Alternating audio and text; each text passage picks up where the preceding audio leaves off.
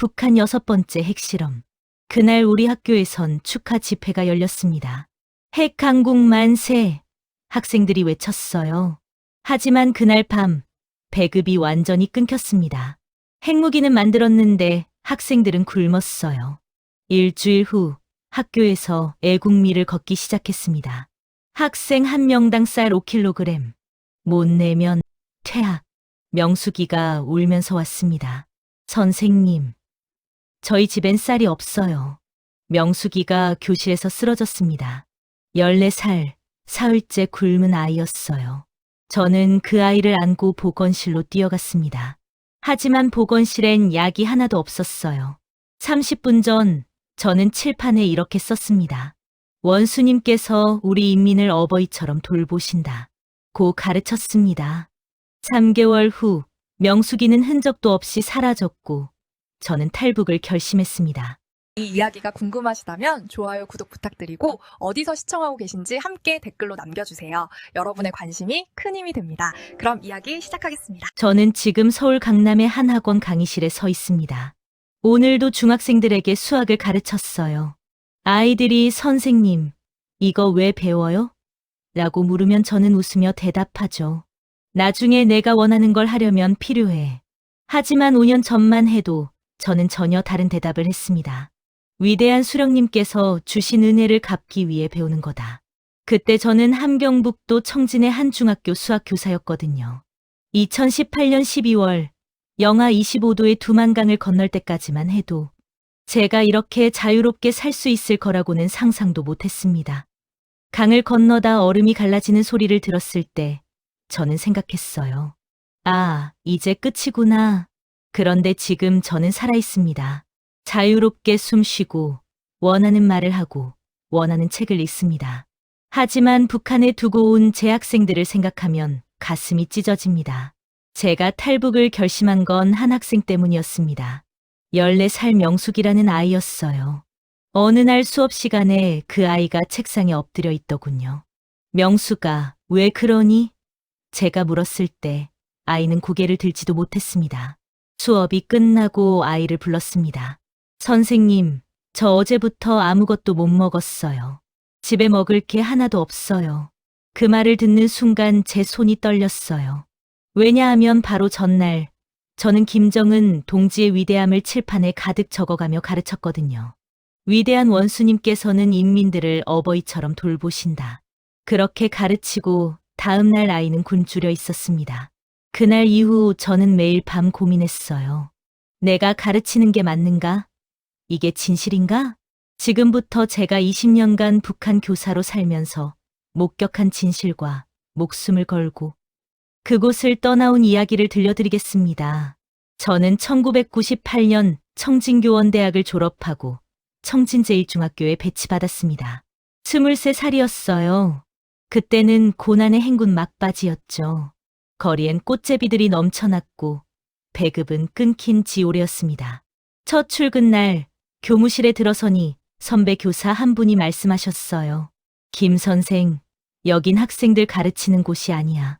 당이 원하는 인간을 만드는 공장이지. 그때는 그 말이 무슨 뜻인지 몰랐습니다. 제 첫 수업은 중학교 2학년 수학이었습니다. 여러분, 오늘은 방정식을 배우겠습니다. 칠판에 문제를 쓰는데 뒷자리 학생 하나가 책상에 엎드려 있더군요. 박철수, 일어나. 제가 소리쳤지만 아이는 움직이지 않았어요. 가까이 가보니 아이는 기절해 있었습니다. 나중에 알고 보니 사흘째 굶은 거였어요. 그날 저는 집에 돌아와 울었습니다. 교사가 된 게 자랑스러웠는데 굶주리는 아이들 앞에서 방정식을 가르쳐야 한다는 게 너무 부끄러웠거든요. 하지만 적응했습니다. 아니, 적응할 수밖에 없었어요. 매일 아침 학교에 가면 김일성 김정일 초상화 앞에서 묵념을 했고 수업 전에는 항상 위대한 수령님의 혁명 업적을 이야기해야 했습니다. 김일성 대원수님께서는 항일빨 치산 시절 눈보라 속에서도 동무들에게 수학을 가르치셨습니다. 이런 이야기를 하고 나서야 정작 수학 수업을 시작할 수 있었어요. 처음엔 이상했지만 몇 년 지나니 당연해졌습니다. 2009년이 되었습니다. 그해 11월 화폐개혁이 단행됐어요. 어느 날 갑자기 방송에서 나왔죠. 구합회 100원을 신합회 1원으로 교환한다. 평생 모은 돈이 하루아침에 휴지가 됐습니다. 제 월급은 중국 돈으로 따지면 3,000원 정도였어요. 그런데 쌀 1kg이 2,000원이었습니다. 선생님 월급으로는 쌀 1.5kg도 살 수 없었죠. 그래서 모든 교사들이 부업을 했어요. 저는 방과 후에 개인 과외를 했습니다. 간부 자녀들한테 수학을 가르쳐주고 쌀이나 돈을 받았어요. 선생님, 우리 애 대학 꼭 보내주세요. 부모들이 사정하면 저는 고개를 끄덕였습니다. 하지만 속으로는 알고 있었어요. 실력이 아니라 성분으로 대학이 결정된다는 걸요. 어느 날 한 학부모가 찾아왔습니다. 광부였어요. 선생님, 우리 애 공부 잘하지 않습니까? 네, 수학을 정말 잘해요. 제가 대답하자 그 아버지 눈이 반짝였습니다. 그럼 평양에 있는 대학에 갈 수 있겠습니까? 저는 대답을 못했어요. 그 아이는 정말 똑똑했거든요. 하지만 아버지가 광부라는 이유로 그 아이는 절대 평양에 갈 수 없었습니다. 열심히 하면 됩니다. 거짓말을 했어요. 그날 밤 저는 또 울었습니다. 2011년 12월 17일 김정일이 사망했습니다. 학교에 비상소집이 걸렸어요. 모든 교원은 즉시 학교로. 새벽 3시였습니다. 급히 옷을 입고 학교에 가니 이미 교사들이 모여 있었어요. 교장 선생님이 떨리는 목소리로 말했습니다. 위대한 장군님께서 서거하셨습니다. 그 순간 여교사 한 분이 바닥에 주저앉아 울기 시작했어요. 곧 모든 교사들이 울었습니다. 저도 울었죠. 하지만 솔직히 말하면 눈물이 진심이었는지 모르겠어요. 울지 않으면 반동이 되니까 더 크게 울었는지도 몰라요. 장군님, 어떻게 가십니까? 소리를 지르며 울었지만 속으로는 다른 생각을 했습니다. 이제 어떻게 되는 거지? 3일간 애도 기간이었어요. 학생들도 학교에 와서 울어야 했습니다. 여러분, 장군님을 위해 눈물로 애도합시다. 제가 말하면 아이들은 울었어요. 하지만 어떤 아이들은 눈물이 안 나오니까 침을 눈에 발라서 우는 척했습니다. 한 학생이 제게 물었어요. 선생님, 장군님 돌아가시면 우리 배급 다시 나와요? 저는 깜짝 놀라 주위를 둘러봤습니다. 다행히 아무도 안 들었어요. 쉿, 그런 말 하는 게 아니야. 하지만 아이의 질문은 정당했습니다. 김정은 시대가 시작됐어요. 처음엔 기대했습니다. 젊은 지도자니까 뭔가 달라지지 않을까. 하지만 달라진 건 없었어요. 아니, 더 심해졌습니다. 2013년 12월 장성택이 숙청됐거든요. 그날 아침 긴급 전교 직원 회의가 있었습니다. 장성택 역적 패거리가 제거됐습니다. 당 선전부 사람이 와서 소리쳤어요. 이자들은 반당반혁명 종파분자들입니다. 우리는 박수를 쳐야 했어요. 하지만 속으로는 두려웠습니다. 장성택은 김정은의 고모부잖아요. 그런 사람도 하루아침에 사라지는데 우리 같은 평범한 사람은 어떻게 되는 거죠? 그날 이후 학교 분위기가 바뀌었어요. 모두가 말을 조심했습니다. 김 선생, 어제 저녁에 뭐 먹었어? 이런 일상적인 대화도 조심스러워졌어요. 혹시 내가 한 말이 비판 자료로 쓰일까 봐요. 옥수수밥 먹었소. 그래요? 저도요. 그렇게 무난하게 대화를 끝냈습니다. 수업 시간도 달라졌어요. 예전에는 수학만 가르쳤는데 이제는 수학 문제도 정치적이어야 했습니다. 김정은 원수님께서 현지 지도를 가셨습니다. 오전에 3개 공장, 오후에 5개 공장을 방문하셨다면 총 몇 개 공장을 방문하셨습니까? 이런 문제를 내야 했어요. 아이들은 대답했습니다. 8개 공장입니다. 저는 칠판에 적었죠. 네, 맞습니다. 원수님께서는 인민을 위해 하루에 8개 공장을 방문하시는 헌신을 보여주십니다. 한 학생이 손을 들었습니다. 선생님, 그럼 원수님은 언제 주무세요? 순간 교실이 조용해졌어요. 저는 재빨리 대답했습니다. 원수님께서는 인민을 위해 잠도 안 주무시고 일하십니다. 아이는 고개를 끄덕였지만 눈빛이 이상했어요. 방과 후 그 학생을 따로 불렀습니다. 영철아, 아까 그런 질문은 조심해야 해. 아이가 고개를 갸웃했어요. 왜요? 궁금한 거 물어보면 안 돼요? 아니야. 그게 아니라. 저는 말을 잇지 못했습니다. 어떻게 설명하죠? 북한에서는 궁금한 걸 물어보면 안 된다고요? 의문을 가지면 반동이 된다고요? 하지만 그렇게 말할 수도 없었어요. 그럼 제가 반동이 되니까요. 영철아, 그냥 선생님 말 잘 듣고 교과서대로만 공부하자. 네, 선생님. 아이는 돌아갔지만 저는 한동안 그 자리에 서 있었습니다. 내가 교사가 맞나? 아이들 질문에 답도 못 해주면서 2015년쯤부터 한국 드라마가 몰래 퍼지기 시작했어요. USB에 담아서 학생들끼리 돌려봤죠. 어느 날 수업 시간에 한 여학생이 졸고 있더군요. 은주야. 제가 소리치자 아이가 벌떡 일어났습니다. 왜 자니? 죄송합니다, 선생님. 나중에 다른 학생한테 들었어요. 은주가 밤새 한국 드라마를 봤다고요. 저는 은주를 따로 불렀습니다. 너 한국 드라마 본다며? 아이 얼굴이 새하얘졌어요. 아니에요, 선생님. 저 안 봤어요. 거짓말하지 마. 다 알고 있어. 은주가 무릎을 꿇었습니다. 선생님, 제발 비밀로 해주세요. 신고하지 마세요. 저는 한숨을 쉬었어요. 일어나. 신고 안 해. 아이가 놀란 눈으로 저를 봤습니다. 하지만 조심해야 해. 들키면 너희 가족 다 끝이야. 네, 알겠습니다. 은주가 울먹이며 대답했어요. 그날 밤 저도 궁금해졌습니다. 대체 한국 드라마가 뭐길래 아이들이 목숨을 걸고 보는 걸까? 며칠 후 한 학생한테 USB를 빌렸어요. 집에 와서 몰래 컴퓨터에 꽂았습니다. 화면에 나온 건 별에서 온 그대라는 드라마였어요. 처음 몇 분을 보는데 충격을 받았습니다. 집이 너무 컸어요. 방이 여러 개고 TV도 크고 냉장고도 컸어요. 이게 진짜야? 꿈인 거 아니야? 드라마 속 사람들은 먹고 싶은 걸 먹었습니다. 치킨, 피자, 햄버거. 저는 치킨이 뭔지도 몰랐어요. 그리고 사람들이 자유롭게 말했습니다. 정부 욕도 하고 부자 욕도 하고 마음대로 말했어요. 이게 가능한 거야? 제 손이 떨렸습니다. 드라마를 끄고 싶었지만 눈을 뗄 수가 없었어요. 한 편을 다 보고 나니 새벽 3시였습니다. 저는 침대에 누워 생각했어요. 우리가 살고 있는 곳이 정상이 아닐 수도 있겠구나.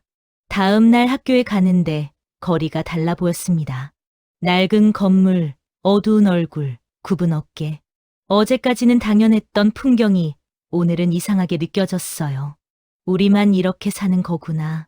2016년 9월 북한이 5번째 핵실험을 했습니다. 학교에서 긴급 집회가 열렸어요. 위대한 핵 강국의 위용을 떨쳤습니다. 교장 선생님이 주먹을 불끈 쥐고 소리쳤어요. 우리는 박수를 쳤습니다. 하지만 다음 날부터 배급이 더 줄었어요. 당분간 배급을 조정합니다. 인민반장이 통보했죠. 이미 거의 없던 배급이 아예 사라졌습니다. 핵을 만들었으면 우리 밥은 누가 챙겨줘? 이웃 아주머니가 중얼거렸어요. 학교에서도 변화가 있었습니다. 앞으로 학생들에게 애국미를 거둡니다. 애국미라니요? 학생 한 명당 쌀 5kg씩 내야 합니다. 교무주임이 공지했어요. 핵실험 자금을 학생들한테 걷는 거였죠. 다음 날 명숙이 울면서 왔습니다. 선생님, 저희 집에 쌀이 없어요. 그럼 어떻게 하니? 엄마가 그러는데 안 내면 저 학교 못 다닌대요. 14살 아이가 학교에 못 다닐까 봐 울고 있었어요. 저는 집에 있던 쌀 3kg을 몰래 명숙이한테 줬습니다. 선생님 거라고 하지 말고 내가 구했다고 해.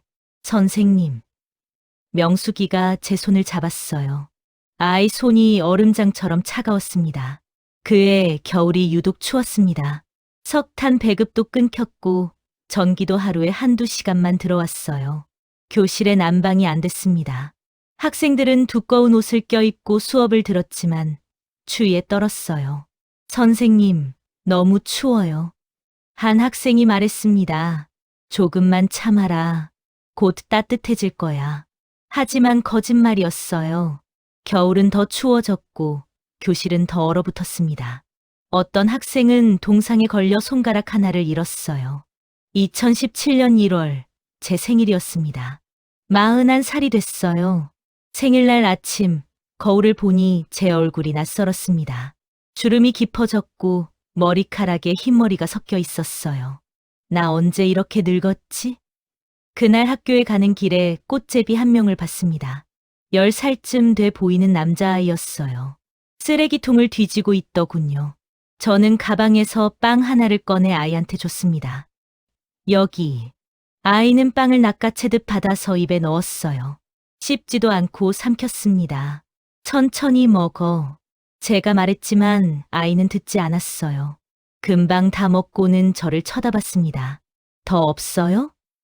미안해. 이게 다야. 아이는 고개를 끄덕이고 떠났어요. 저는 그 자리에서 한동안 멍하니 서 있었습니다. 이게 정상인가? 아이들이 굶주리는 나라에서 핵무기를 만드는 게 정상인가? 학교에 도착해서 교무실로 갔어요. 동료 교사들이 모여서 작은 파티를 준비하고 있었습니다. 김 선생, 생일 축하해. 박 선생님이 웃으며 말했어요. 책상 위에 옥수수떡 몇 개가 놓여 있었습니다. 고마워요, 여러분. 저는 억지로 웃었습니다. 하지만 방금 본 꽃제비 아이가 머릿속을 떠나지 않았어요. 우리는 여기서 떡을 먹고 밖에서는 아이들이 굶주리고 있어. 그날 오후 수업 시간, 명숙이가 또 책상에 엎드려 있었습니다. 명숙아, 어디 아프니? 제가 다가가자 명숙이가 고개를 들었어요. 얼굴이 퉁퉁 부어 있었습니다. 영양실조 증상이었어요. 명숙아, 너 요즘 밥 먹니? 가끔요. 가끔이 언제인데? 일주일에 2~3번이요. 제 가슴이 무너져 내렸습니다. 일주일에 2~3번. 14살 아이가 일주일에 밥을 2~3번만 먹고 있었어요. 수업 후 명숙이를 보건실로 데려갔습니다. 보건 선생님이 명숙이를 진찰하고는 고개를 저었어요. 심각해요. 병원에 가야 하는데 병원비는 어떻게 하죠? 그게 보건 선생님도 난처한 표정이었어요. 북한에서는 의료가 무상이라고 하지만 실제로는 돈이 없으면 치료를 못 받습니다. 약도 없고 장비도 없고 전기도 없어요. 병원이라는 이름만 있을 뿐이었죠. 결국 제가 명숙이를 집까지 데려다 줬습니다. 좁고 허름한 집이었어요. 명숙이 어머니가 나와서 맞았습니다. 선생님, 죄송합니다. 우리 애가 말썽을. 아니에요. 명숙이가 아파서요. 어머니 얼굴을 보니 명숙이보다 더 말랐어요. 어머니, 식사는 하세요? 네, 뭐. 어떻게든 먹고 있어요. 하지만 부엌을 보니 텅 비어 있었습니다. 냄비 하나, 그릇 몇 개만 있었어요. 저는 주머니에 있던 돈을 꺼냈습니다. 중국 돈으로 5,000원, 제 한 달 월급의 절반이었어요. 이거 받으세요. 명숙이한테 밥 좀 사주세요. 선생님, 이걸 어떻게... 어머니가 손을 내저었어요. 받으세요. 제발요. 저는 돈을 어머니 손에 쥐어줬습니다. 어머니가 눈물을 흘렸어요. 선생님, 감사합니다. 정말 감사합니다. 저는 인사도 못하고 그 집을 나왔습니다. 더 있으면 저도 울 것 같았거든요. 집으로 돌아오는 길, 저는 결심했습니다. 이렇게는 못 살아. 여기서 벗어나야 해. 하지만 어떡해요? 탈북은 목숨을 거는 일이잖아요. 잡히면 정치범 수용소에 가거든요. 그래도 저는 생각했어요. 그냥 죽는 것보다는 낫겠지. 2012년 4월 15일, 김일성 생일 100주년이었습니다. 북한은 이날을 태양절이라 부르며 대대적인 행사를 준비했어요. 학교에서도 한 달 전부터 준비했습니다. 학생들에게 집단 체조를 가르쳐야 합니다. 4월 15일 김일성 광장에서 공연이 있어요. 저는 매일 방과 후 2시간씩 학생들과 체조 연습을 했어요. 하나, 둘, 셋, 넷. 아이들이 땀을 흘리며 움직였습니다. 어떤 아이는 너무 배가 고파서 쓰러지기도 했어요. 선생님, 어지러워요. 조금만 참아라. 곧 끝나. 4월 14일 밤 리허설이 있었습니다. 김일성 광장에 10만 명이 모였어요. 학생들은 카드 섹션을 들고 서 있었습니다. 하나, 둘, 셋. 카드를 뒤집으면 김일성 얼굴이 나타났어요. 그걸 밤 11시까지 연습했습니다. 아이들은 추위에 떨었지만 쉴 수 없었어요. 다음 날 본 공연, 김정은이 나왔습니다. 처음 보는 젊은 지도자였어요. 저분이 우리를 잘 이끌어 주실까? 옆에 있던 박 선생님이 작게 속삭였습니다. 모르겠어요. 너무 젊은 것 같은데. 저도 작게 대답했어요. 공연이 끝나고 집에 돌아왔을 때는 새벽 2시였습니다. 다음 날도 정상 출근이었어요. 7시 30분까지 학교에 가야 했죠. 4시간밖에 못 잤습니다. 학생들도 마찬가지였어요. 다들 피곤한 얼굴로 학교에 왔습니다. 2013년 12월 큰 사건이 터졌습니다. 장성택 숙청이에요. 그날 아침 긴급 전교 직원 회의가 있었어요. 당 선전부 사람이 와서 소리쳤습니다. 장성택 역적 패거리가 제거됐습니다. 이자들은 반당반혁명 종파분자들입니다. 당과 수령을 배신한 개만도 못한 인간 쓰레기들입니다. 우리는 박수를 쳐야 했습니다. 잘했습니다. 역적을 제거해 주셔서 감사합니다. 하지만 속으로는 두려웠어요. 장성택은 김정은의 고모부잖아요. 김정일의 처남이고요. 그런 사람도 하루아침에 사라지는데 우리 같은 평범한 사람은 어떻게 되는 거죠? 그날 이후 학교 분위기가 완전히 바뀌었습니다. 모두가 말을 조심했어요. 점심시간에 교무실에서 대화하다가도 누가 지나가면 입을 다물었습니다. 김 선생, 어제 저녁에 뭐 먹었어? 이런 일상적인 대화도 조심스러워졌어요. 혹시 내가 한 말이 생활총화 시간에 비판 자료로 쓰일까 봐요. 옥수수밥 먹었소. 그래요? 저도요. 그렇게 무난하게 대화를 끝냈습니다. 아무도 속마음을 말하지 않았어요. 친한 동료한테도요. 북한에서 친구는 없습니다. 있는 건 잠재적 고발자뿐이에요. 수업 시간도 달라졌습니다. 예전에는 수학만 가르쳤는데 이제는 수학 문제도 정치적이어야 했어요. 2014년부터 교과서가 바뀌었거든요. 김정은 원수님께서 현지 지도를 가셨습니다. 오전에 3개 공장, 오후에 5개 공장을 방문하셨다면 총 몇 개 공장을 방문하셨습니까? 이런 문제를 내야 했습니다. 아이들은 대답했어요. 8개 공장입니다. 네, 맞습니다.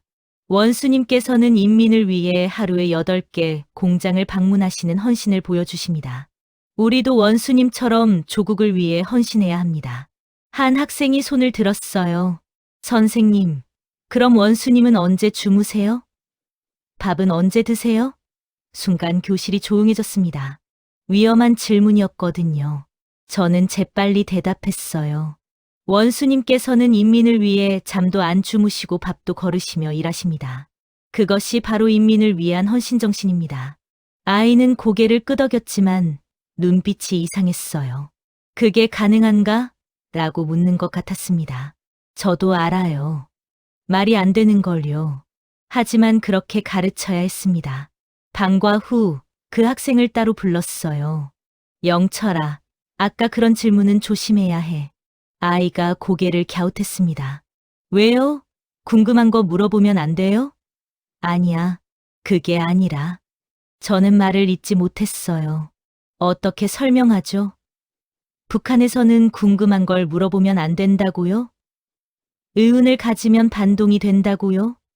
하지만 그렇게 말할 수도 없었습니다. 그럼 제가 반동이 되니까요. 영철아, 그냥 선생님 말 잘 듣고 교과서대로만 공부하자. 알겠지? 네, 선생님. 아이는 돌아갔지만 저는 한동안 그 자리에서 서 있었어요. 내가 교사가 맞나?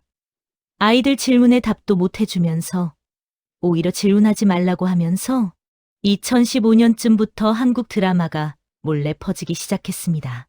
USB에 담아서 학생들끼리 돌려봤어요. 어느 날 수업 시간에 한 여학생이 졸고 있더군요. 은주야, 제가 소리치자 아이가 벌떡 일어났습니다. 왜 자니? 죄송합니다, 선생님. 나중에 다른 학생한테 들었어요. 은주가 밤새 한국 드라마를 봤다고요. 별에서 온 그대라는 드라마였대요. 저는 은주를 따로 불렀습니다. 너 한국 드라마 본다며? 아이 얼굴이 새하얘졌어요. 아니에요, 선생님. 저 안 봤어요. 정말이에요. 거짓말하지 마. 다 알고 있어. 은주가 무릎을 꿇었습니다. 선생님, 제발 비밀로 해주세요. 신고하지 마세요. 부모님까지 끌려가요. 제발요. 16살 아이가 제 앞에서 울며 빌었어요. 저는 한숨을 쉬었습니다. 일어나. 신고 안 해. 아이가 놀란 눈으로 저를 봤어요. 하지만 조심해야 해. 들키면 너희 가족 다 끝이야. 정치범 수용소 가는 거야. 네, 알겠습니다. 정말 감사합니다, 선생님. 은주가 나간 후 저도 궁금해졌습니다. 대체 한국 드라마가 뭐길래 아이들이 목숨을 걸고 보는 걸까? 며칠 후 은주한테 USB를 빌렸어요. 선생님도 보고 싶으세요? 응, 궁금해서. 절대 다른 사람한테 말하지 마세요. 안 해, 걱정 마. 그날 밤 집에 와서 몰래 컴퓨터에 꽂았습니다. 문을 잠그고 커튼을 치고 소리를 최대한 낮췄어요. 화면에 나온 건 별에서 온 그대라는 드라마였습니다. 처음 몇 분을 보는데 충격을 받았어요. 집이 너무 컸습니다. 방이 여러 개고 TV도 크고 냉장고도 컸어요. 가구도 새 것이고요. 이게 진짜야? 세트장 아니야? 진짜 한국 사람들이 이렇게 살아? 드라마 속 사람들은 먹고 싶은 걸 먹었습니다. 치킨, 피자, 햄버거, 스파게티. 저는 치킨이 뭔지도 몰랐어요. 냉장고를 열면 음식이 가득했습니다. 저게 다 한 집에서 먹는 거야? 믿기지 않았어요. 그리고 사람들이 자유롭게 말했어요. 정부 욕도 하고, 부자 욕도 하고, 회사 욕도 하고, 마음대로 말했습니다. 아무도 잡아가지 않았어요. 이게 가능한 거야? 저렇게 말해도 괜찮은 거야? 드라마를 한 편 다 보고 나니 새벽 3시였어요. 저는 침대에 누워 생각했습니다. 우리가 살고 있는 곳이 정상이 아닐 수도 있겠구나. 북한이 이상한 거구나. 우리가 비정상인 거야. 다음 날 학교에 가는데 거리가 달라 보였습니다. 낡은 건물, 어두운 얼굴, 굽은 어깨, 찢어진 옷. 어제까지는 당연했던 풍경이 오늘은 이상하게 느껴졌어요. 우리만 이렇게 사는 거구나. 다른 나라 사람들은 훨씬 잘 사는구나. 그날부터 제 마음속에 균열이 생겼습니다. 칠판에 위대한 원수님이라고 쓸 때마다 입으로는 그렇게 말하면서도 속으로는 의문이 들었어요. 이게 맞나? 내가 거짓말을 가르치고 있는 건 아닐까? 2016년 9월 9일 북한이 5번째 핵실험을 했습니다. 학교에서 긴급 집회가 열렸어요. 운동장에 전교생과 교직원이 모였습니다. 교장 선생님이 연단에 올라 주먹을 불끈 쥐고 소리쳤어요. 오늘 우리 공화국은 위대한 핵 강국의 위용을 온 세계에 떨쳤습니다. 원수님의 영명한 영도 덕분입니다. 우리는 박수를 쳤습니다. 만세, 만세. 학생들도 박수를 쳤어요. 하지만 아이들 얼굴은 밝지 않았습니다. 배가 고팠거든요. 핵무기가 뭔지도 모르는 아이들이 박수를 치고 있었어요. 다음 날부터 배급이 더 줄었습니다. 당분간 배급을 조정합니다. 인민반장이 통보했죠. 이미 거의 없던 배급이 아예 사라진 겁니다. 장마당에 가보니 쌀값이 또 올랐어요. 중국 돈으로 킬로그램당 3,000원에서 4,000원으로요. 핵을 만들었으면 우리 밥은 누가 챙겨줘? 이웃 아주머니가 조용히 중얼거렸습니다. 저도 같은 생각이었어요. 핵무기는 만드는데 인민들은 굶고 있잖아요. 이게 맞는 건가요? 학교에서도 변화가 있었어요. 앞으로 학생들에게 애국미를 거둡니다. 교무주임이 공지했습니다. 학생 한 명당 쌀 5kg씩 내야 합니다. 핵무기 개발을 위한 성금입니다. 다음 날 명숙이가 울면서 왔어요. 선생님, 저희 집에 쌀이 없어요. 엄마가 그러는데 안 내면 저 학교 못 다닌대요. 그럼 어떻게 하니? 모르겠어요. 엄마가 울고 계세요. 14살 아이가 학교에 못 다닐까 봐 울고 있었습니다. 저는 그날 집에 가서 제 쌀 3kg을 몰래 명숙이한테 줬어요. 선생님 거라고 하지 말고 내가 어디선가 구했다고 해. 선생님. 명숙이가 제 손을 잡았습니다. 아이 손이 얼음장처럼 차가웠어요. 그해 겨울이 유독 추웠습니다. 석탄 배급도 끊겼고 전기도 하루에 한두 시간만 들어왔어요. 교실에 난방이 안 됐어요. 학생들은 두꺼운 옷을 껴입고 수업을 들었지만 추위에 떨었습니다. 선생님, 너무 추워요. 손이 시려서 연필을 못 잡겠어요. 한 학생이 말했어요. 조금만 참아라. 곧 따뜻해질 거야. 하지만 거짓말이었습니다. 겨울은 더 추워졌고 교실은 더 얼어붙었어요. 2017년 1월 제 생일이었습니다. 42살. 거울을 보니 제 얼굴이 낯설었어요. 주름이 깊어졌고 머리카락에 흰머리가 반쯤 섞여 있었습니다. 나 언제 이렇게 늙었지? 42살이 이렇게 늙어 보이나? 그날 밤 저는 결심했습니다. 이렇게는 못 살아. 여기서 벗어나야 해. 하지만 어떡해요? 탈북은 목숨을 거는 일이잖아요. 잡히면 정치범 수용소에 가요. 온 가족이 3대까지 끌려가죠. 그래도 저는 생각했습니다. 그냥 이렇게 죽는 것보다는 낫겠지. 2017년 여름 결정적인 사건이 일어났습니다. 명숙이가 학교에 안 나온 거예요. 일주일이 지나도 안 나왔습니다. 저는 명숙이 집으로 갔어요. 문을 두드렸지만 대답이 없었습니다. 명숙아, 어머니. 이웃집 아주머니가 나왔어요. 선생님, 그 집 사람들 일주일 전에 다 끌려갔어요. 뭐라고요? 누가요? 보위부에서 왔더라고요. 가족 모두 트럭에 태워서 갔어요. 짐도 다 실어 갔어요. 제 다리에 힘이 풀렸습니다. 무슨 죄로요? 글쎄요.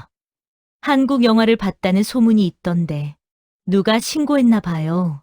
아주머니가 주위를 살피며 작게 말했어요. 저는 그 자리에서 주저앉았습니다. 명숙이가, 그 어린 명숙이가 정치범 수용소에 갔다고요? 온 가족이요? 명숙아. 제 입에서 신음이 나왔어요. 그날 밤 저는 잠을 이룰 수 없었습니다. 명숙이 얼굴이 계속 떠올랐어요. 수업 시간에 졸던 모습, 배가 고파서 우는 모습, 제 쌀을 받고 감사하다고 웃던 모습. 명숙아, 미안해. 선생님이 너를 못 지켜줘서, 선생님도 무능해서. 다음 날 학교에 가니 교장실로 호출됐어요. 김 선생, 박명숙이라는 학생 알지? 교장이 차갑게 물었습니다. 네, 제 반 학생입니다. 그 학생 가족이 반동행위로 처벌받았어. 앞으로 박명숙이 이름을 입에 올리지 마. 그 학생은 없는 사람이야. 하지만 교장 선생님, 명숙이는 아무 잘못도. 하지만은 무슨, 반동의 가족은 우리 학생이 아니야. 이해했어? 교장이 책상을 탁 쳤습니다. 저는 고개를 숙였어요. 알겠습니다. 하지만 속으로는 결심했습니다.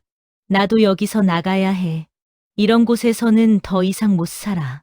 명숙이처럼 되기 전에 떠나야 해. 탈북을 결심했지만 준비가 필요했어요. 첫째, 돈.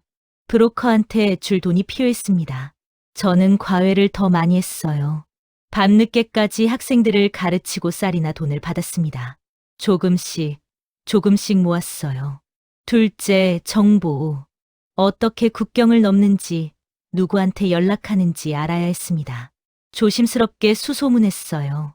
혹시 중국 가는 길 아는 사람 있어? 믿을 만한 사람한테만 물었습니다. 한 동료 교사가 제게 종이 쪽지를 건넸어요. 이 번호로 전화해봐. 내 친구가 그쪽으로 갔거든. 조심해. 누구한테도 말하지 말고.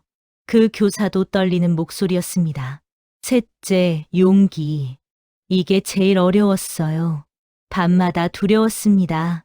실패하면 어떡하지? 잡히면 어떡하지? 고문당하면? 총 맞으면? 하지만 명숙이 생각하면 용기가 났어요. 내가 여기 남으면 나도 명숙이처럼 될 거야. 언젠가 한마디 잘못해서 끌려갈 거야. 2018년 봄, 저는 중국에 있는 브로커와 연락이 됐습니다. 공중전화로 조심스럽게 전화했어요.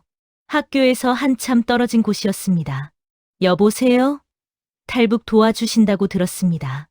돈은 있소? 네, 준비했습니다. 중국 돈으로 10,000원 있습니다. 10,000원이면 국경까지만 데려다 줄 수 있소. 그리고 국경 넘을 때 죽을 수도 있소. 총 맞을 수도 있고 강물에 빠질 수도 있소. 브로커 목소리가 차가웠어요. 알겠습니다. 그래도 가고 싶습니다. 준비되면 연락하시오. 하지만 한번 떠나면 돌아올 수 없소. 가족도 못 만나고 친구도 못 만나고 평생 돌아올 수 없소. 알고 있습니다. 저는 단호하게 대답했어요. 전화가 끊겼습니다. 저는 수화기를 내려놓고 한참을 그 자리에서 있었습니다. 10,000원. 제가 1년 반 동안 모은 돈이 딱 10,000원이었어요. 모든 걸 걸어야 했습니다. 실패하면 돈도 없고 목숨도 없어요.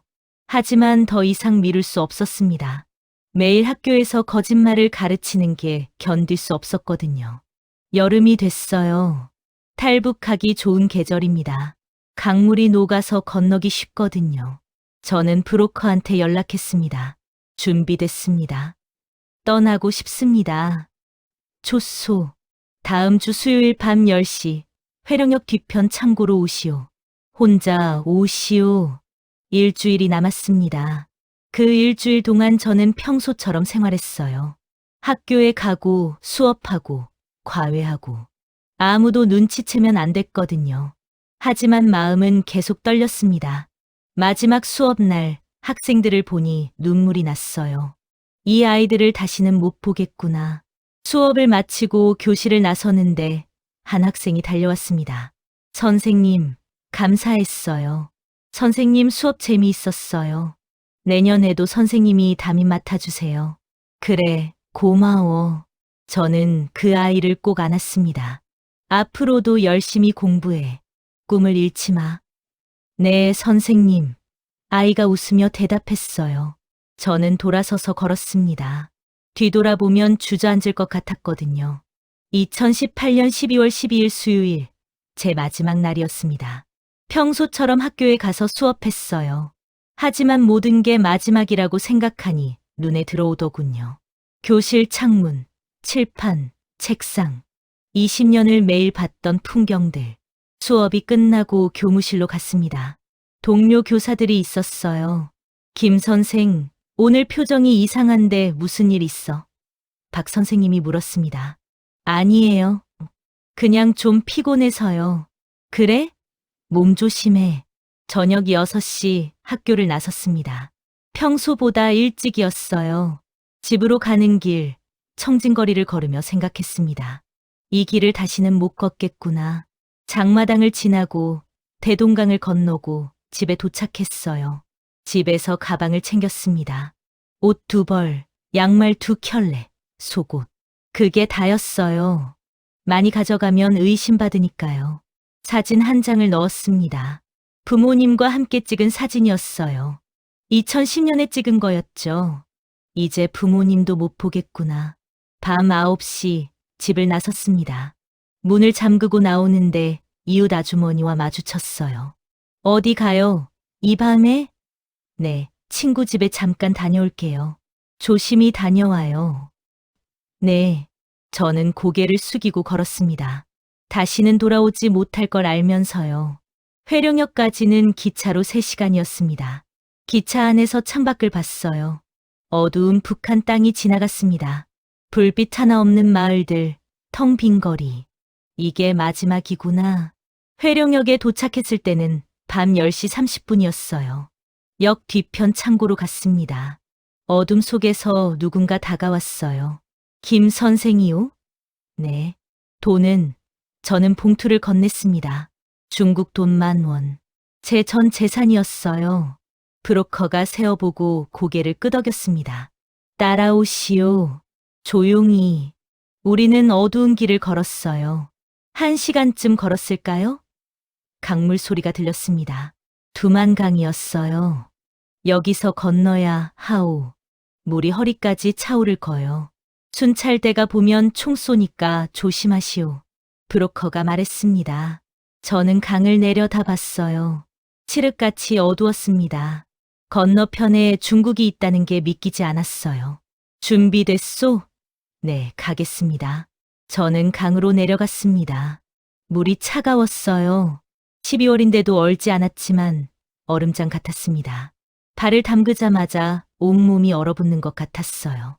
한 걸음, 두 걸음. 물이 무릎까지 찼습니다. 돌부리에 발이 걸려 넘어질 뻔했어요. 조심하시오. 브로커가 제 팔을 잡았습니다.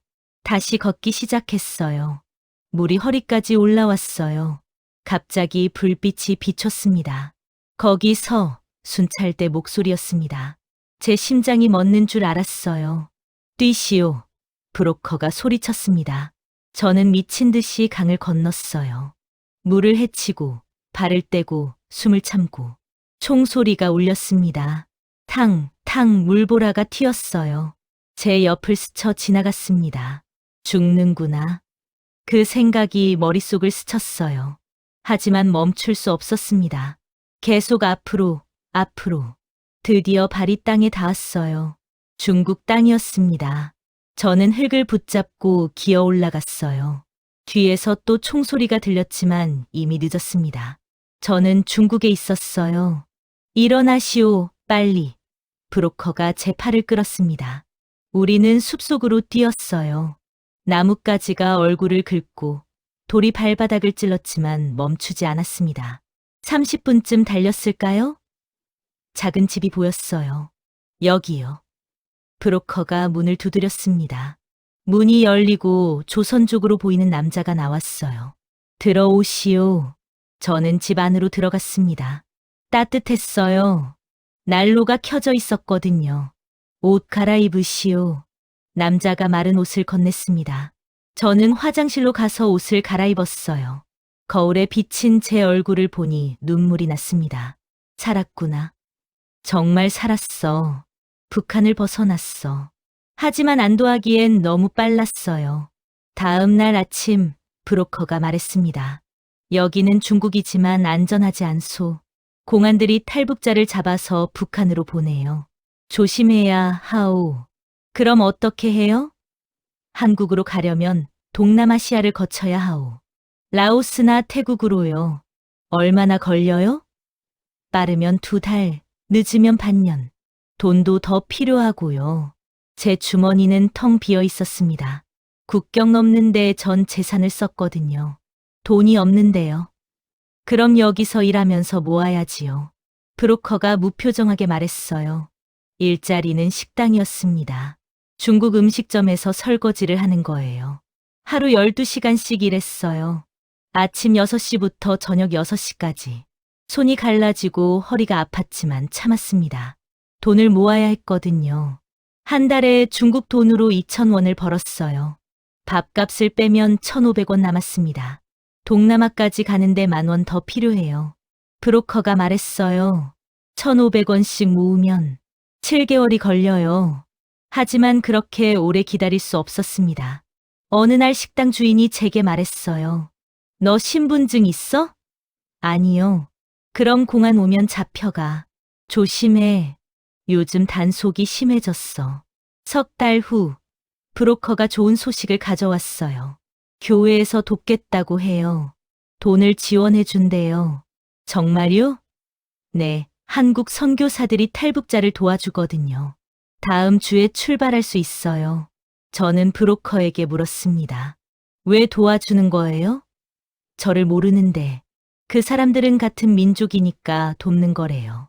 믿기 힘들지만 진짜예요. 저는 고개를 끄덕였어요. 믿기 힘들었지만 다른 선택이 없었습니다. 일주일 후 저는 트럭에 올랐어요. 쌀 포대 사이에 숨어서요. 다른 탈북자 5명도 함께였습니다. 숨 쉬지 마시오. 검문소 통과할 때까지. 브로커가 경고했어요. 트럭이 출발했습니다. 덜컹거리는 진동이 온몸을 흔들었어요. 쌀 포대의 냄새가 코를 찔렀지만 참았습니다. 몇 시간을 그렇게 갔어요. 중간에 트럭이 멈추면 심장이 터질 것 같았습니다. 검문이다. 내려. 중국말이 들렸어요. 트럭 뒤쪽이 열리는 소리가 났습니다. 누군가 올라오는 기척이 느껴졌어요. 쌀 포대를 툭툭 건드리는 소리. 제 바로 옆 포대였어요.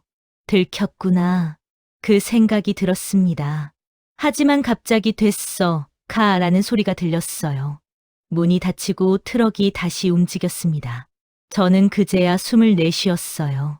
옆에 있던 탈북자도 한숨을 쉬었습니다. 이틀을 더 달려 라오스 국경에 도착했어요. 여기서 내리시오. 트럭에서 내리니 밤이었습니다. 정글 같은 곳이었어요. 이제부터 걸어야 해요. 국경까지 5시간. 5시간을 걸었어요. 밀림을 헤치고 산을 넘고 개울을 건넜습니다. 발이 물집으로 터지고 온몸이 땀으로 젖었지만 멈추지 않았어요. 해가 뜰 무렵 작은 마을이 보였습니다. 저기가 라오스요. 이제 한국 대사관으로 가면 돼요. 브로커가 말했어요.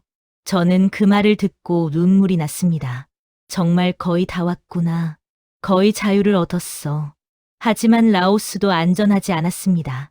도착한 다음 날 새벽, 경찰이 우리를 잡으러 왔어요. 탈북자들이다. 잡아라. 저는 잠결에 그 소리를 들었습니다. 일어나 보니 다른 탈북자들이 이미 뛰고 있더군요. 빨리 뛰어요. 한 분이 제 팔을 잡고 끌었어요. 우리는 뒷문으로 나가 골목으로 뛰었습니다.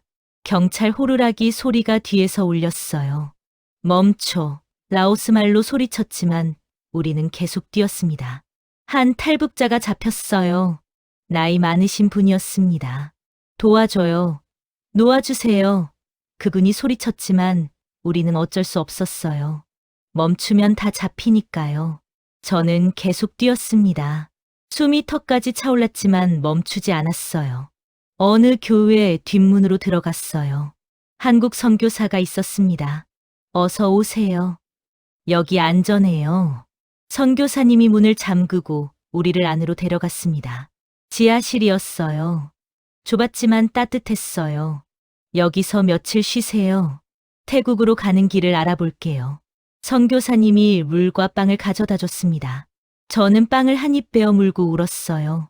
감사합니다. 정말 감사합니다. 목사님 은혜를 평생 잊지 않겠습니다. 괜찮아요. 같은 민족 아니에요. 당연한 거예요. 목사님이 제 어깨를 두드렸습니다.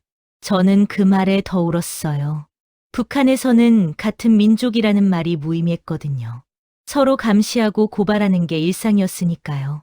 일주일 후 우리는 태국으로 출발했어요. 이번엔 버스였습니다. 합법적으로 국경을 넘는 거예요. 여권은 가짜예요. 하지만 걱정하지 마세요. 잘 만들어서 티 안 나요. 선교사님이 말했어요. 국경 검문소에서 제 심장이 미친 듯이 뛰었어요. 경찰이 여권을 보고 저를 쳐다봤습니다. 어디 가요? 방콕에 친척 보러 가요. 중국어로 대답했습니다. 선교사님이 가르쳐준 대로요. 경찰이 여권을 이리저리 살펴봤습니다. 한참을 보더니 도장을 찍었어요. 가세요. 저는 믿을 수 없었습니다. 진짜로 넘어온 거야? 이렇게 쉽게 버스가 출발하고 나서야 실감이 났어요. 태국 방콕에 도착했습니다. 큰 도시였어요. 불빛이 눈부셨고 사람들이 많았습니다. 자동차가 가득했고 큰 건물들이 줄지어 서 있었어요. 와, 저는 감탄사만 나왔습니다. 여기서 한국 대사관으로 가면 돼요. 택시 타세요. 이 주소 보여주면 데려다 줄 거예요. 선교사님이 종이에 주소를 적어줬어요. 목사님, 정말 감사합니다. 은혜를 어떻게 갚아야 할지. 갚을 필요 없어요. 한국 가서 잘 사는 게 은혜 갚는 거예요. 자유롭게 살고 행복하게 사세요. 그게 제가 바라는 전부예요.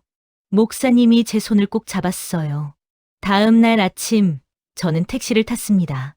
기사한테 주소를 보여줬어요. 30분쯤 달려서 큰 건물 앞에 섰습니다. 태극기가 펄럭이고 있었어요. 대한민국 대사관. 그 글씨를 보는 순간 제 눈에서 눈물이 흘렀습니다. 대사관 문을 두드렸습니다. 누구세요?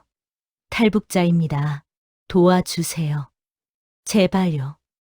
제 목소리가 떨렸어요. 문이 열리고 한국 사람이 나왔어요. 어서 오세요.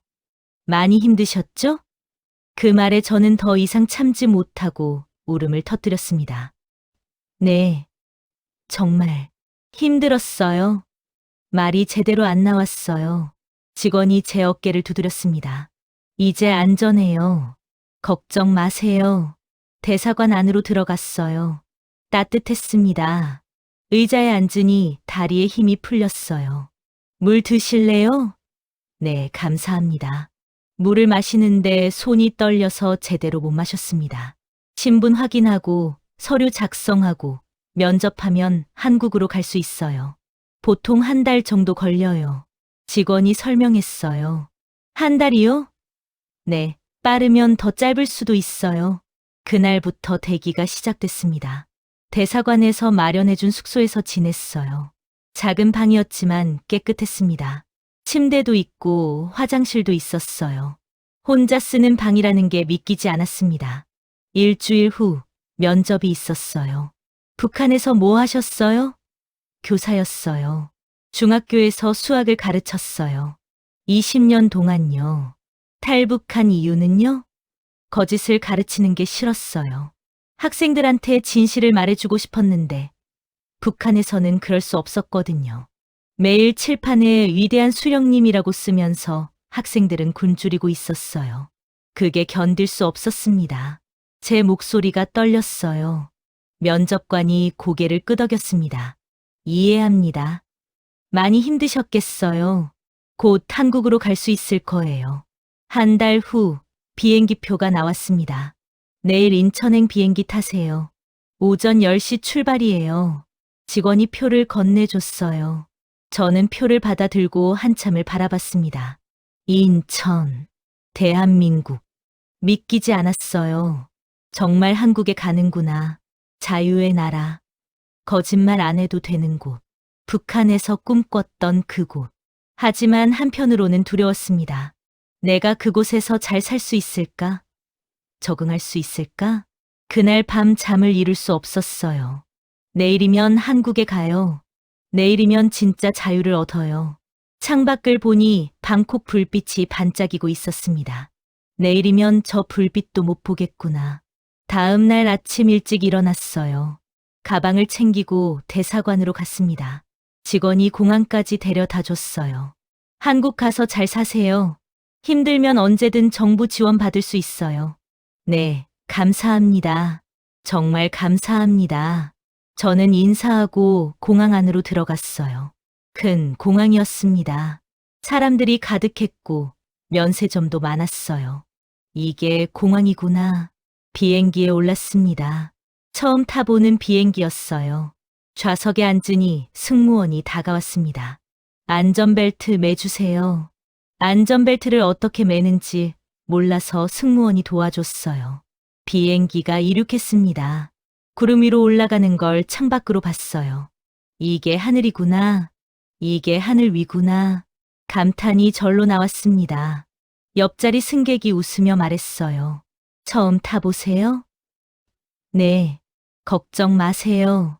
안전해요. 그 사람은 신문을 펴서 읽기 시작했어요. 저는 창밖만 계속 봤습니다. 구름, 하늘, 바다. 모든 게 신기했어요. 5시간을 날아 인천공항에 도착했어요. 승객 여러분, 인천국제공항에 도착했습니다. 안내 방송이 나왔습니다. 제 심장이 쿵쿵 뛰었어요. 드디어 한국이야. 진짜 대한민국이야. 비행기 문이 열리고 밖으로 나갔습니다. 공항이 넓고 깨끗했어요. 사람들이 웃으며 걷고 가게들이 불빛으로 가득했습니다. 여기가 한국이구나. 여기가 자유의 나라구나. 입국 심사대로 갔어요. 여권 주세요. 제가 탈북자라고 하자 직원이 다른 곳으로 안내했습니다. 여기 앉아서 기다리세요. 담당자가 올 겁니다. 1시간쯤 기다렸을까요? 정부 관계자가 왔어요. 김 선생님 맞으시죠? 어서 오세요. 대한민국에 오신 걸 환영합니다. 그 말을 듣는 순간 제 가슴이 뜨거워졌습니다. 정말 왔구나. 진짜로 대한민국에 왔어. 자유의 땅에 발을 디뎠어. 다음 날부터 일자리를 찾기 시작했습니다. 하나원에서 받은 명함을 보고 취업센터에 갔어요. 교사 경력이 있으세요? 네, 북한에서 20년 했어요. 중학교 수학 교사였습니다. 하지만 한국 교원 자격증이 없으시면 정규 교사는 어려워요. 대신 학원 강사는 가능해요. 학원은 자격증이 필요 없거든요. 상담사가 설명했습니다. 학원을 알아봤어요. 수학학원, 영어학원, 과학학원. 여러 곳에 이력서를 냈습니다. 일주일 후, 한 곳에서 연락이 왔어요. 면접 보러 오세요. 내일 오후 2시예요. 떨리는 마음으로 학원에 갔습니다.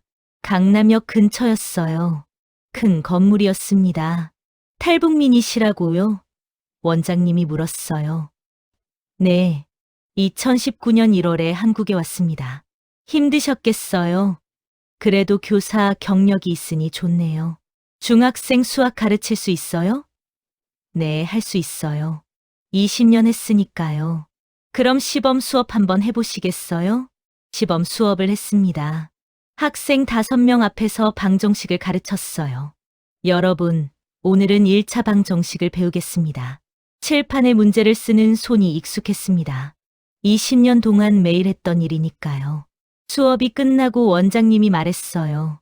잘하시네요. 학생들 반응도 좋고요. 다음 주부터 출근하세요. 월급은 200만 원이에요. 200만 원이요? 제 목소리가 커졌습니다. 북한에서 제 월급은 중국 돈으로 3천 원이었거든요. 한국 돈으로 50만 원 정도? 그런데 여기서는 200만 원을 준다고요? 네, 처음이니까 그 정도예요. 경력 쌓으면 더 올라가요. 첫 출근 날 떨렸습니다. 학생 10명이 앉아 있었어요. 안녕하세요. 저는 김 선생님이에요. 오늘부터 수학을 가르칠게요. 아이들이 저를 쳐다봤습니다. 호기심 어린 눈빛이었어요. 선생님, 말투가 특이해요. 어디서 오셨어요? 한 학생이 물었습니다. 아, 제가 북한에서 왔거든요. 북한이요? 진짜요? 우와, 아이들 눈이 커졌어요. 북한은 어때요? TV로만 봤는데 여기랑 많이 달라요. 자유가 없어요. 하고 싶은 말도 못하고 먹고 싶은 것도 못 먹어요. 우와, 대박이다. 수업을 시작했어요. 오늘은 방정식을 배울 거예요. 칠판에 문제를 썼습니다. 손에 익은 동작이었어요. 하지만 기분은 완전히 달랐습니다. 더 이상 거짓말을 안 해도 되니까요. 이 문제를 왜 배워야 해요? 한 학생이 물었습니다. 북한에서 같은 질문을 받으면 위대한 수령님을 위해라고 대답했어야 했죠. 하지만 여기서는 달랐어요. 너희가 나중에 원하는 일을 하려면 필요해. 의사 되려면 수학 잘해야 하고 공학자 되려면 더 잘해야 하고요. 저는 의사가 되고 싶어요. 그럼 수학이 꼭 필요해. 열심히 하면 충분히 할 수 있어. 아이가 웃으며 고개를 끄덕였어요. 저는 그 모습을 보며 생각했습니다. 이게 진짜 교사 일이구나. 아이들 꿈을 키워주는 게 교사구나. 수업이 끝나고 집에 돌아왔어요. 편의점에 들러 삼각김밥을 샀습니다. 2,000원입니다. 처음 먹어보는 거였어요. 맛있어요? 네, 괜찮아요. 점원이 웃으며 대답했습니다. 집에서 김밥을 먹는데 눈물이 났어요. 북한에서는 상상도 못할 일이었거든요. 밤 11시에 가게가 열려 있고 돈만 있으면 뭐든 살 수 있고 아무도 제 신분을 물어보지 않았어요. 한 달 후 첫 월급을 받았습니다. 통장에 200만 원이 찍혔어요. 저는 ATM 화면을 몇 번이나 확인했습니다. 진짜 내 돈이야? 이게 다 내 돈이야? 마트에 갔어요. 큰 마트였습니다. 이마트라는 곳이었어요. 들어서자마자 압도됐습니다. 물건이 너무 많았거든요. 쌀, 고기, 과일, 과자, 우유, 빵, 라면, 김치. 카트에 물건을 담았어요. 사과, 바나나, 돼지고기, 쌀, 라면, 김치. 다 사고 싶었습니다. 계산했더니 5만 원이었어요. 북한에서 5만 원이면 한 달치 쌀값이었는데요. 집에 와서 장을 풀며 생각했습니다. 이게 정상이구나. 북한이 비정상이었어. 사람은 이렇게 살아야 하는구나. 6개월이 지났어요. 이제 한국 생활이 익숙해졌습니다. 지하철 타는 법, 카드 쓰는 법, 인터넷 주문하는 법. 다 배웠어요. 학원 일도 잘하고 있었습니다. 선생님, 수학이 재미있어졌어요. 한 학생이 말했어요. 정말? 네, 선생님이 쉽게 가르쳐 주셔서요. 이번 시험에서 100점 맞았어요. 그 말을 들으니 가슴이 뿌듯했습니다. 어느 날 학생 부모님을 만났어요. 선생님, 감사해요. 우리 애가 수학 성적이 많이 올랐어요. 원래 50점대였는데 이번엔 95점 맞았어요. 제가 할 일을 했을 뿐이에요. 선생님 북한에서 오셨다면서요? 네, 2019년에 왔습니다. 힘드셨겠어요. 그래도 이렇게 열심히 하시니 대단해요. 우리 애가 선생님 정말 좋아해요. 그 말에 제 눈가가 뜨거워졌어요. 북한에서는 아무리 열심히 해도 인정받지 못했거든요. 하지만 여기서는 노력하면 인정받았습니다. 1년이 됐습니다. 이제 저축도 할 수 있었어요. 매달 70만 원씩 모았습니다. 목표가 있었거든요. 언젠가 제 학원을 여는 거. 탈북민 학생들을 무료로 가르쳐 주고 싶었어요. 주말에는 탈북민 모임에 나갔습니다. 하나원에서 만난 사람들이었어요. 다들 어떻게 지내세요? 힘들지만 버티고 있어요. 저도요. 처음엔 정말 힘들었는데 이제는 괜찮아요. 한 탈북민이 물었어요. 후회해요? 탈북한 거. 저는 고개를 저었습니다. 아니요. 절대 후회 안 해요. 여기 와서 진짜 살아있는 기분이거든요. 저도요. 여긴 진짜 자유로워요. 하고 싶은 말 할 수 있고, 먹고 싶은 거 먹을 수 있고. 북한에서는 상상도 못했어요. 다른 탈북민이 말했습니다. 그날 밤 집에 와서 창밖을 봤어요. 서울 불빛이 반짝였습니다. 북쪽을 바라봤어요. 저 멀리 북한이 있겠죠. 명숙이는 어떻게 지내고 있을까요? 제 학생들은요? 언젠가 통일이 되면 다시 만날 수 있을까요? 그때 제가 이야기해주고 싶습니다. 명숙아, 여기는 자유로워. 내가 원하는 걸 할 수 있어. 꿈꿀 수 있어. 배고프지 않아. 추위에 떨지 않아. 2년이 지났습니다. 학원에서 제 반이 가장 인기가 많아졌어요. 김 선생님 반으로 배정해주세요. 학부모들이 요청했습니다. 원장님이 월급을 올려줬어요. 250만 원으로요. 선생님, 실력도 좋고 학생들 반응도 좋아요. 계속 이렇게 해주세요. 감사합니다. 최선을 다하겠습니다. 저는 고개를 숙였습니다. 어느 날 한 학생이 물었어요. 선생님, 북한에서 선생님 하실 때랑 여기서 하실 때랑 뭐가 달라요? 저는 잠깐 생각하다가 대답했습니다. 북한에서는 거짓을 가르쳤어. 위대한 수령님, 위대한 장군님 그런 거. 하지만 여기서는 진실을 가르칠 수 있어. 너희가 원하는 미래를 위해 필요한 걸 가르쳐 줄 수 있지. 그럼 선생님은 여기가 더 좋으세요? 응, 훨씬 좋아. 여기는 자유니까. 너희도 자유롭고, 나도 자유롭고. 지금까지 제 긴 사연 경청해 주셔서 진심으로 감사드립니다. 좋아요와 구독 버튼을 눌러주시면 아직 북에 있는 우리 동포들이 자유를 얻는 일에 큰 목소리가 됩니다. 저는 이제 자유롭게 살고 있습니다. 원하는 말을 하고, 원하는 책을 읽고, 원하는 일을 해요. 하지만 북한에 남은 사람들을 잊지 않겠습니다. 그들도 언젠가 자유를 누릴 수 있도록 저는 계속 이야기할 거예요. 진실을요. 자유의 소중함을요. 그리고 희망을요. 감사합니다.